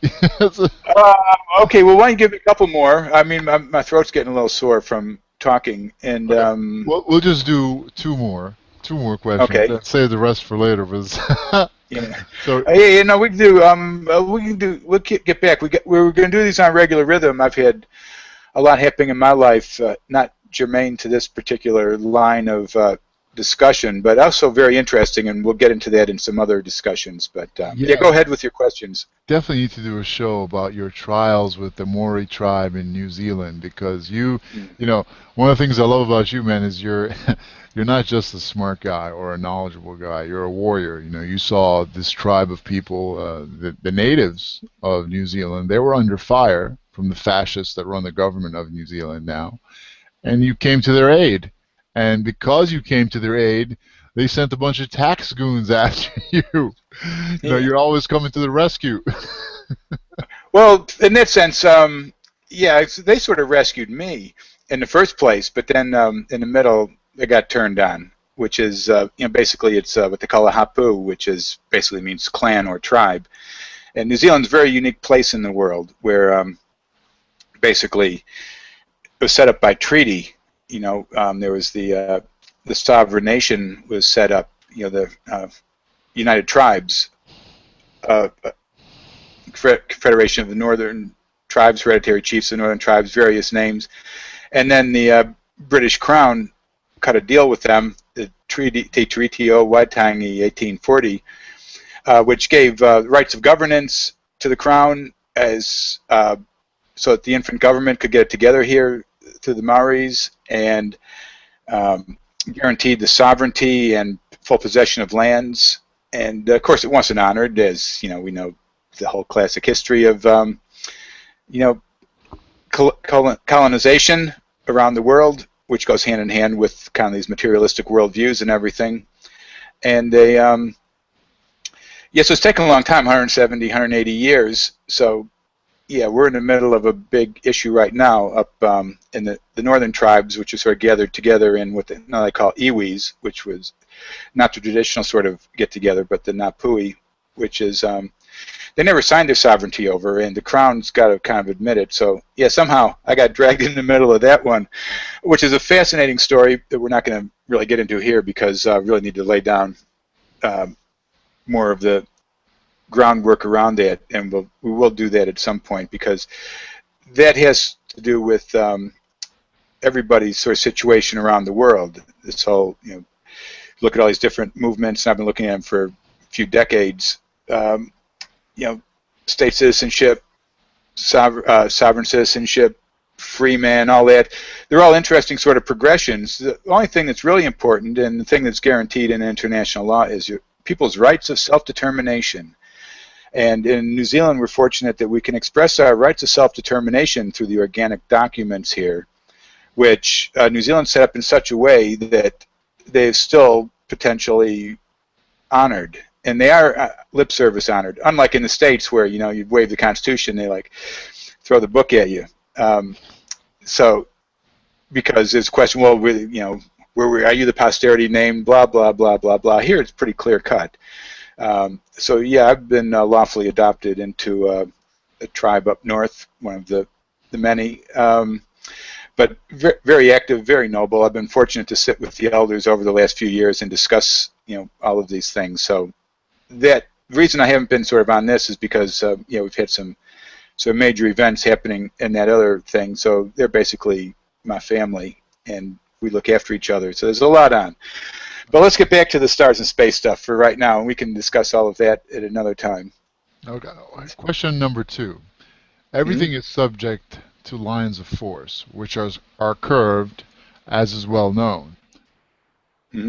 But only light supposedly travels in a straight line. Right. And it appears to, from our perspective, but how it actually does is another question. In fact, that was one of the questions, like when I would discuss with people,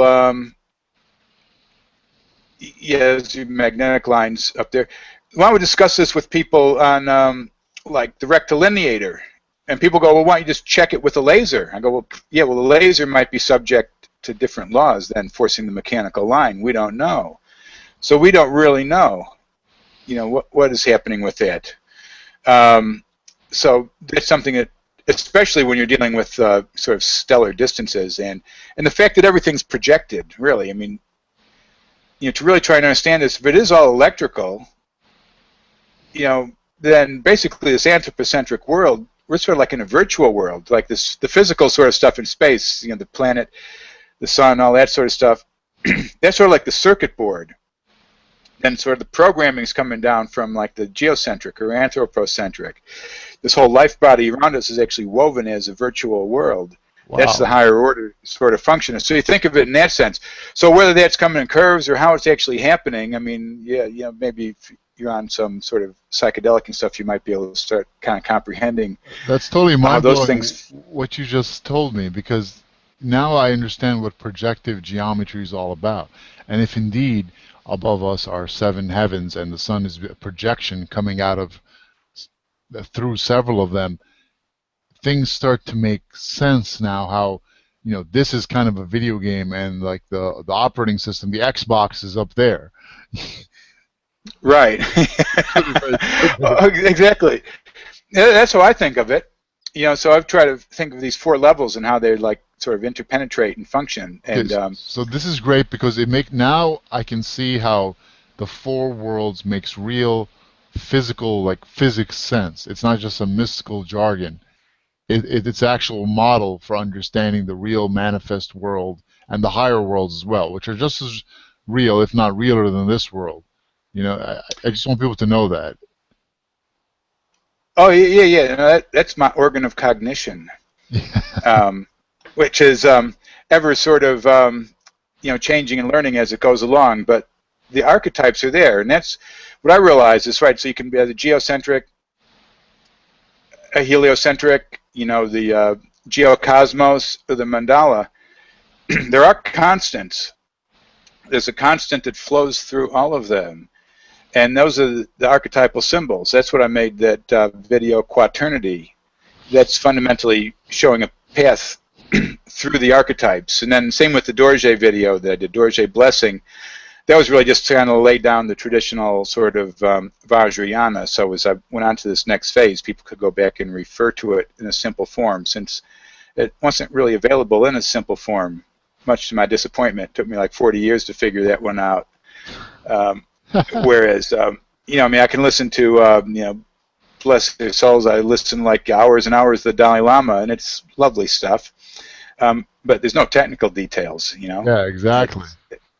Yeah, I like the tech, what's going on here, man? You guys are like learning all this special stuff, and you're only going to come and talk to me about compassion and love? Exactly. I figured that stuff out on myself, Yeah, and that's why I like Steiner, because he comes at things from a real Western perspective. And that's not to say Eastern or Western is better than Eastern, any of that. We just need a little, a little more meat on the bones, Right. Well, that's why I, give Lama Anagarika Govinda, my thanks for. Because I was reading all this stuff, and I do have a shelf of books over a little further down, and you can see of Tibetan books going back to when I was a teenager.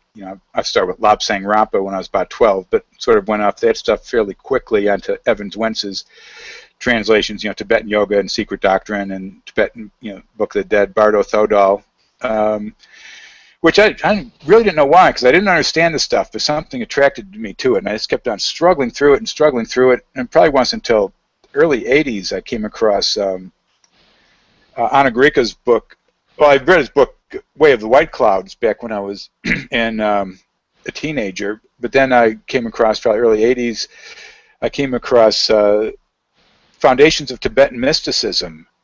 And in that book, he just lays it all out in simple schematic diagrams. I'm going, God, this stuff's so simple. But of course, Anagarika Govinda was German. That was his taken name. I don't know what his real name was, but he had that sort of schematic, sort of oriented mind, and it was through that I was actually able to understand finally what these different things were, what the skandhas, the aggregates of consciousness and stuff, which I explained both in Quaternity and the Dorje Blessing. So you see that. So you start, if you go look through my recent works over the last couple of years, you see this constant sort of archetypal stream, and you'll see what's actually important to me and what I'm trying to get out of this. And that's why I'm trying to figure out the best way, because I had 3 videos planned. I was going to do one secrets of light and color, where we're going to cover some of this today, and then get more into like the Newton versus Goethe and the light stuff, which ties in with the mandala, which is why I threw it into quaternity. And then I wanted to do one on basically the four worlds, and I just want to do one just on the mandala, and I realized they're all kind of the same one. And plus, when I did the Dorje video, that was just going to be a little. I just wanted to knock something out in a couple weeks just to get back into the flow of things. And those 18, 19 minutes took me 3 months to do, and that was with my good friend and resident skeptic Dave Schofield, right, who helps me. He's a brilliant video tech and electronic music guy, so he's been sort of my creative partner on that. But even that, it took us 3 months to really pull off what we did because we got so involved in it. So I realized 3 90-minute videos was a bit chances of me ever completing those in short term. So what I'm trying to do now is do these hangouts is good because it helps me focus the thoughts, and then we can do one potentially even the next one on the four worlds. I actually did start collecting stuff, but maybe we'll sort of plan that in the next couple weeks and get focused on that because that's a good one to understand. And then once people get that, then kind of all these other pieces fit into place. They see where everything is. Then we go look at like geological theories. You can start seeing these archetypal patterns functioning in there as well, especially now that we're looking at like electric universe theory as far as like electroalchemic transmutative formation of the geological layers and electric fossilization. So we'll try to get this archetypal underpinning behind. It was just fun talking about the stars. I mean, that's been just my experiences with it. It's a great practical gateway to really understanding the importance of occult knowledge. Like all this stuff that's been hidden from us now. In Pythagoras' time, you'd learn it in kindergarten, right? Right. Yeah. Oh no, definitely. It's I'm still learning. It's not that I know that much. People say I'm smart. I actually know smart people, and I'm lucky to have a lot of them around that I can talk to and learn from. And that's how. Well, the great thing you do, besides leadership, is you're an awesome synthesizer, and we need more of that now than ever, because the hardest job is not to gather knowledge; it's to connect the dots between those schools of knowledge. So very few people can do that. Yeah. Well, that's why I was lucky. I mean, I kind of had that, but I suppose that's why Borderlands sort of showed up in my thing. And it would have been nice if we could have kept going with that stream, but that was sort of my boot camp. And I had to deal with everybody's different worldview, or it would have been hard. And even then, I made a lot of mistakes because I look back and I wasn't as nice to some of these streams of info coming through as I should have been. I rejected them because they didn't quite fit at the time. In the way out, even though I was kind of open and looking at all these certain things, it would have gone a lot better if I hadn't made mistakes, but that was all part of learning. So I just look at what I did learn, and I even go back and look at some of the things I wrote, like some of my early writings on light and color. I'm going, I was kind of backwards on that thought. I was kind of on the point, but I didn't quite get it. So, that's why we learn and keep on going forward and keep doing new materials. Absolutely. I look forward to a lot more of these. I have many more questions just between me and you. I want to get out there and plunge people further and further deeper down the rabbit hole with us. Since you dragged me down, I was kind of hovering around like, level 1, level 2. I was kind of happy about that, feeling good. And then you said, hey, come on down over here. I know. I remember, when you first came across the Geocosmos, I had to grab your feet and pull you back down to Earth for a bit. I was like, I had a meathead reaction. I was like, what? Stop. Well, I did too. When I first kind of came across, the geocentric sort of stuff, I thought that was the only. I go, the other stuff's wrong. It took me a while to kind of synthesize and accept, that they were all potentially right, that there was aspects of all of them. Reality is multidimensional. We can't be so sure that everything's right. We just, keep a suspended judgment until all the facts are in, and there's still a lot of facts that aren't in. So we do our best, and that's why my theory of knowledge is based on trying to find the archetypal underpinnings and connect things to that.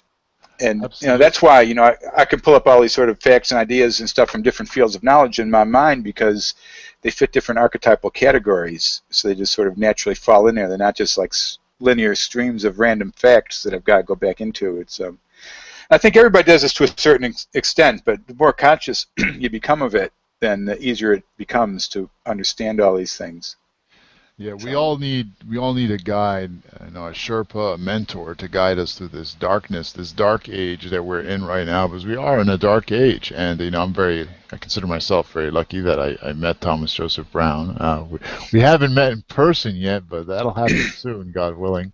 And I just want to say thank you. You really opened my eyes to a lot of things, and once you really kind of initiated me into the deeper occult knowledge, and everything changed about my life. And I understand why you're so into the archetypal model, because the archetypes give you a way to recognize patterns and to really start piecing together pieces of information till they make real sense. For example, if the geocosmos is correct, then it's a complete and total inversion of the current line of thinking we've been given.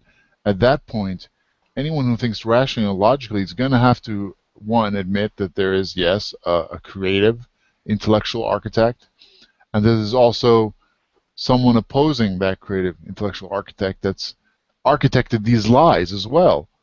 That's a lot for an average person to bear, emotionally speaking. Intellectually, it's pretty simple. Intellectually, it's super easy, but emotionally, it's devastating. It's absolutely a crusher, man. It'll destroy you. Like, oh my goodness. I just want to go back to Monday Night Football after that. I was ready to turn on.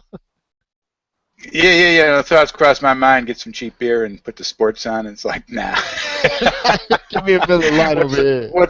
What's the point? Yeah, well, I mean, I've been very fortunate in my life. Had some pretty amazing people, like, say, people like Riley Crabb, Trevor Constable, who I really credit with, the information he gave me and the direction he gave me, showing the real world application of the etheric technologies, and sort of what he called plowing me into Steiner, and showing me Goethe's theory of color. For what I credit mentors like that along the way. That I've just been very, like I say, I've been very fortunate, and I've many people. Even working with people like Mike Thoreau, who sort of came to me as a young fellow out of the military with a keen mind, and he would just like pick stuff up so quick, and carried on. I always figured, man, Mike was like way smarter than me. He just wasn't as like focused as the overall thing, right? He'd get like off into his projects, but definitely brilliant minds, and that's why every mind's different. So it's always kind of good to work with different people, because everybody's got their different skills, and I guess one of mine was just being able to listen to people long enough to understand what their worldview was. And see, that's the thing, like you're saying with the geocosmos. Well, from the Kabbalah, technically, that is part of the formative thing. We can go now to like the Big Bang thing, and then you actually get like the timeline of the Big Bang. You can go find the pictures on the net. And they got first million second, second million second, blah, blah, blah, blah, blah, how everything like unfolded. Well, that's their sort of Kabbalah. That's the materialist Kabbalah. You go to the real Kabbalah, and there is their pattern of unfolding, which I found, curiously enough, fits these different belief systems that people have had based on certain aspects of physical reality that they've been able to detect. So, like I'm saying, it's not that one's true or the other one's true against the other. There's aspects of truth in all of them. And if we are spiritual beings here having this physical experience, and the whole thing is about like learning and growing, then and space is multidimensional, then obviously this is where we need to go to learn. And with all respect to the people that just like to sort of sit there and listen to channeling and do all that, I hope they get some great stuff out of there and it satisfies their soul. For me, I want to know what's like really happening out there. I don't want to talk to disembodied entities. I want to perceive everything myself, because the truth comes from within. The truth will always come from within. We can learn things from outside, and people can show their truth from outside, and it can resonate with us, but the truth doesn't come from outside. Truth comes from the balancing of the inside and outside, and that's why I say the Vajrayana mandala sort of really has the best of that.